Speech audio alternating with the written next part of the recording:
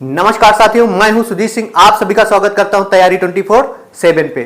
निम्न में कौन सी योजना 2019 में शुरू की गई थी?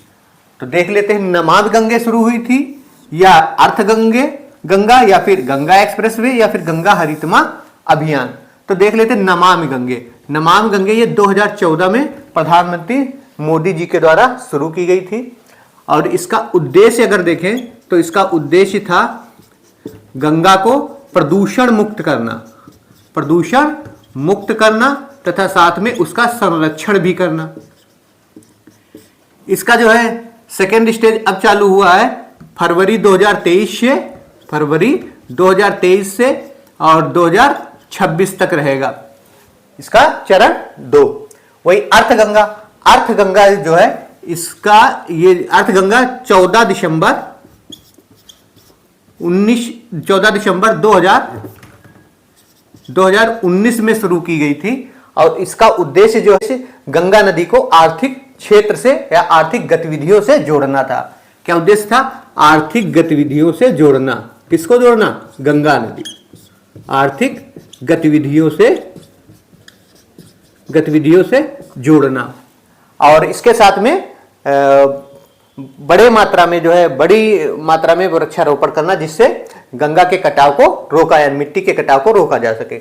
वहीं गंगा एक्सप्रेसवे, इसका जो है शिलान्यास जो किया गया था, इसका शिलान्यास 18 दिसंबर 2021 में पीएम जी के द्वारा जो है शाहजहांपुर में उद्घाटन किया गया था।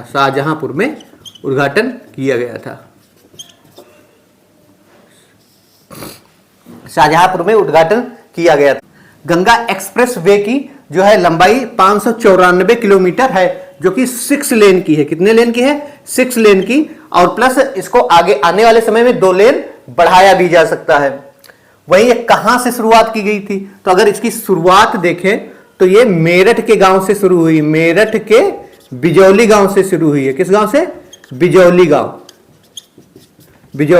गांव जो कि NH 334 पर है। और कहां तक जाएगा? तो प्रयागराज के जुड़ापुर दद्दू गांव जो कि NH 19 पर है, वहां तक जाएगा। इस गंगा एक्सप्रेस वे जो है 12 जिलों से होकर गुजरेगी। ये किसको? पूर्वी उत्तर प्रदेश को पश्चिमी उत्तर प्रदेश से जोड़ देगी। किसको जोड़ देगी? ये पूर्वी उत्तर प्रदेश को सीधे पश्चिमी उत्तर प्रदेश से जोड़ देगी। ये 12 जिलों से होकर गुजरी है। कितने जिलों से होकर? 12 जिलों से होकर गुजरी। 12 जिलों से होकर गुजरी है। कौन कौन से जिले हैं? तो मेरठ है, बुलंदशहर है, हापुड़ है, अमरोहा, संभल, बदायूं, फिर शाहजहांपुर, हरदोई, उन्नाव और रायबरेली, प्रतापगढ़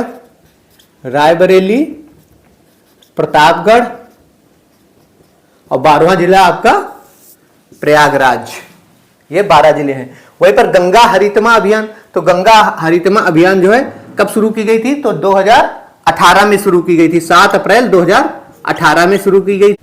और इसका मुख्य उद्देश्य है गंगा के तटीय इलाकों को जो है हरा भरा करना, बड़े पैमाने पर वृक्षारोपण करना और मिट्टी का कटाव होने से रोकना। फिर अच्छा, मैथ के 2 क्वेश्चन देख लेते हैं। जैसे किसी वस्तु को 693 रुपए में बेचकर राजू जो है कितना प्रतिशत लाभ कमाता है? 26% क्या लाभ कमा रहा है।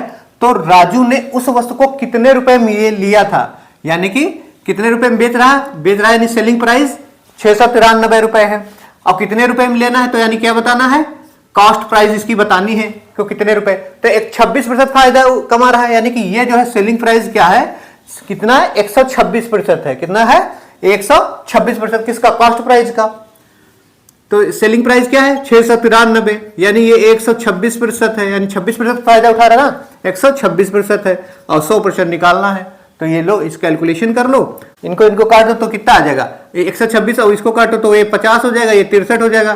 63 से अगर काटो तो 63 एकम 63, और ये कितना? 63 एकम 63, 11 हो जाएगा। 11 × 5 550 आंसर आ जाएगा। सिंपल से 1 सेकंड का क्वेश्चन है। फिर लिखा यदि 121 चॉकलेट, कितनी चॉकलेट की बात है, 121 चॉकलेट 7:4 में है तो बांटी जाती हैं, तो बताओ चॉकलेट का छोटा भाग कौन सा होगा। स्वाभाविक सी बात है, इनका सम देख लो, इनका सम कितना है, 11 है, यानी कि जो 11 के मल्टीपल में वही आंसर होगा। 11 के मल्टीपल में ऑप्शन ए है, नहीं है, तो ये नहीं होगा। ये डी 11 33 नहीं होगा, ये भी नहीं आंसर होगा, तो कौन सा, यही आंसर सही हो जाएगा। बस 1 सेकंड का कुछ करना नहीं है। वही अगर आप कैलकुलेशन करके जाओ तो दोनों को जोड़ दो और इससे कर दो 121 और इन दोनों का सम कितना होगा, 11। 11 से कर दो, 11 एकम 11, फिर 11 एकम 11, 11 आंसर 11 आया है। 11 से इनको मल्टीप्लाई कर दो, 11 सती 77 और इसका कितना हो जाएगा, 11 चौक 44, तो सबसे छोटा हिस्सा 44 आ गया। भारत और श्रीलंका को कौन सा जलडमरू मध्य, ये जलडमरू मध्य मतलब क्या होता है, खाड़ी या फिर स्ट्रेट, ठीक है। तो भारत और श्रीलंका को कौन सा स्ट्रेट अलग करता है, मन्नार की खाड़ी या अकाबा की खाड़ी या मैक्सिको की खाड़ी या पाक जलडमरू मध्य।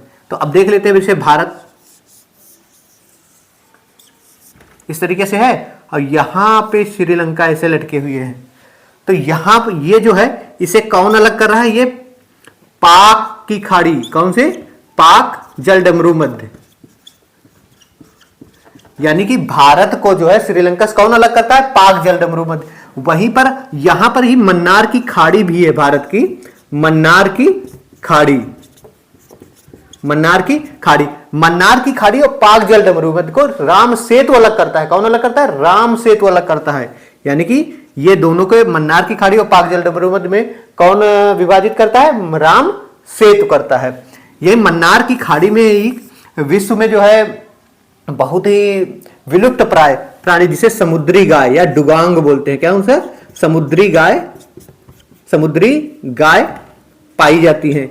यहां पर भारत ने पहला डुगांग संरक्षण रिजर्व, भारत के पहले डुगांग संरक्षण रिजर्व की यहां पर क्षेत्र भी घोषित किया हुआ है। वहीं पर अगर देखें अकाबा की खाड़ी, अकाबा की खाड़ी सिनाई प्रायद्वीप के पूर्व में, यानी कि कौन से, सिनाई पेनिनसुला है, सिनाई प्रायद्वीप के पूर्व में, और किसके, अरब महाद्वीप के पश्चिम में, यानी कि ये वाली एरिया जो है ये आपकी अकाबा की खाड़ी है। इस साइड में कौन सा है, अरब प्रायद्वीप जो है ये अकाबा की खाड़ी। ये 4 देशों से सीमाएं बनाती हैं, कौन कौन से, अगर देखें तो पश्चिम में मिस्र है, पूर्व में देखें तो इजराइल है, और उत्तर पूर्व में देखें तो जॉर्डन पड़ेगा जाके, और इस साइड में पूर्व में अरब प्रायद्वीप।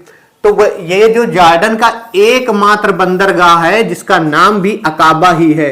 अकाबा जो है, अकाबा की खाड़ी वो जो है लाल सागर से तिरान जल संध या तिरान जलडमरू मध्य या तिरान स्ट्रेट के माध्यम से मिलती।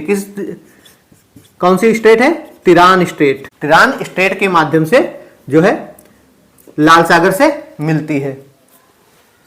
वहीं पर मैक्सिको की खाड़ी, तो मैक्सिको की खाड़ी अगर देखा जाए तो मैक्सिको की खाड़ी उत्तर और उत्तर पूर्व में तो यूएसए ही है।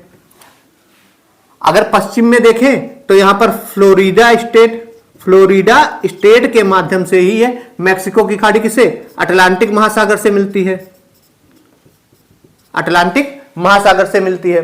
फिर उसके बाद में अगर दक्षिण में देखें तो ये कैरिबियन से मिलती है, किससे, कैरिबियन इसके दक्षिण में। वहीं अगर पूर्व में देखें तो पूर्व में मैक्सिको ही है।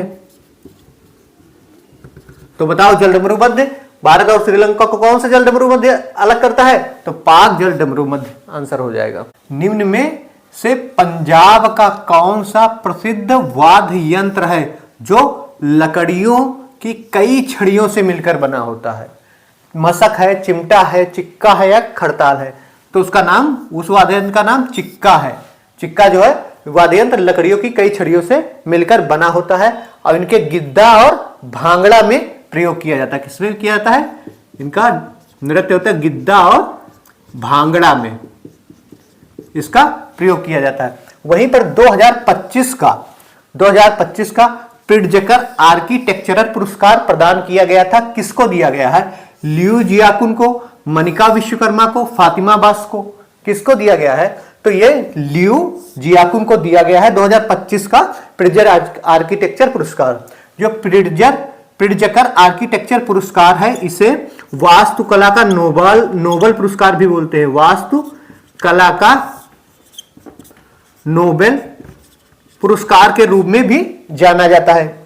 इसकी जो है स्थापना इसको जो है शुरू किया गया था कब? 1979 में शुरू किया गया था। 1979 में किसके द्वारा? तो जे.ए. प्रिट्जकर, उन्हीं के नाम पे है। किसके नाम पे? जे.ए.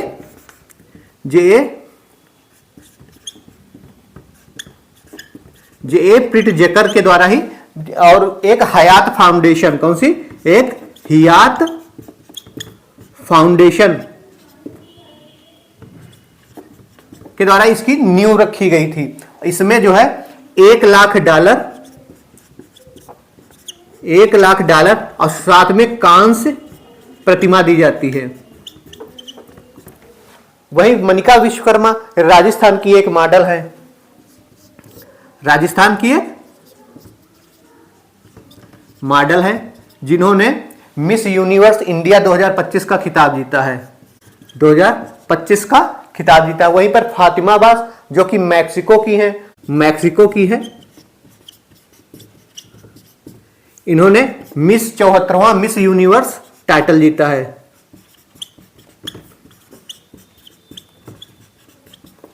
मिस यूनिवर्स टाइटल जीता है। 2026 में राष्ट्रमंडल गेम कहां खेले जाएंगे? तो ग्लासगो स्कॉटलैंड में खेले जाएंगे 2026 में। वही बर्मिंघम इंग्लैंड में कब हुए थे? 2022 में। अगर देखें अपने भारत में राष्ट्रमंडल गेम कब हुए थे?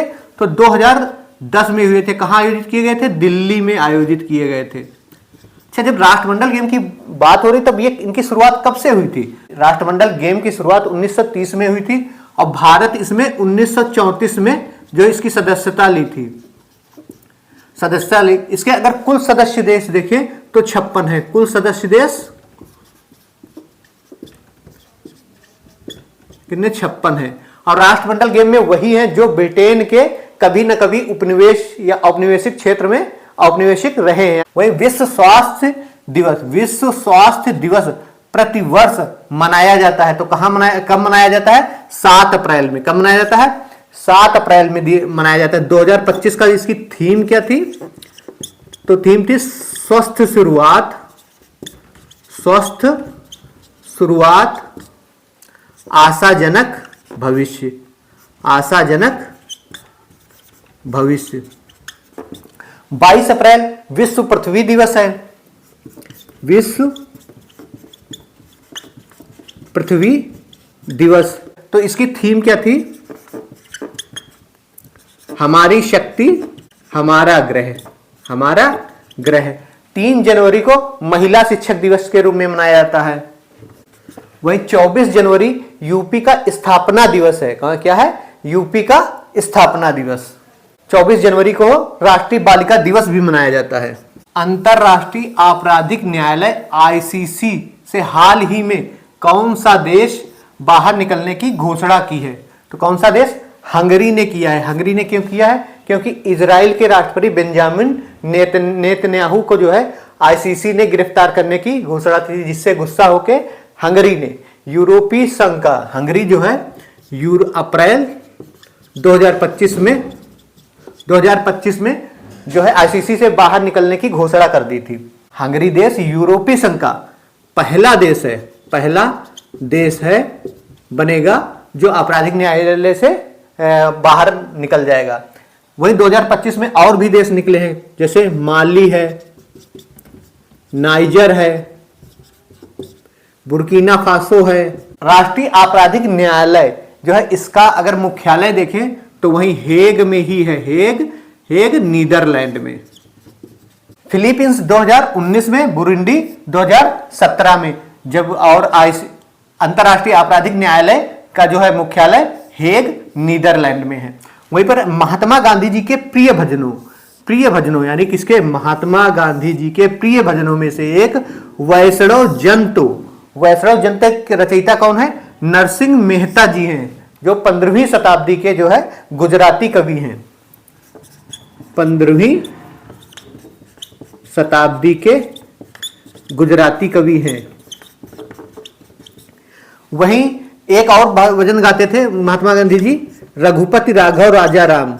रघुपति राघव राजा राम। इसमें जो ये जो है ये श्री लक्ष्मणाचार्य जी द्वारा लिखा गया था। इसमें गांधी जी ने ईश्वर अल्लाह तेरा नाम पंक्ति अलग से जोड़ दी थी, जबकि पहले इसमें नहीं था ऐसा कुछ। तो ठीक है, मिलते हैं नेक्स्ट सेशन में। वहीं पर अगर आप लोगों को मैथ अच्छी लगी हो तो बताएं, उसकी सेशन शुरू किया जाए। और वही अपने YouTube पे देख लो या फिर किसी भी टीचर के बारे में चले जाओ, बड़े से बड़े टीचर, वो जो है सब कुछ हायर लेवल से लेके चल रहे हैं।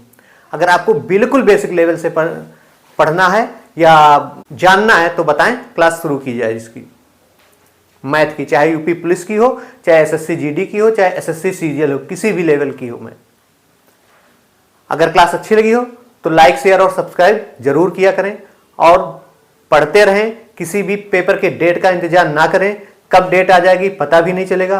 तो लगे रहें, पढ़े रहें, मस्त रहें।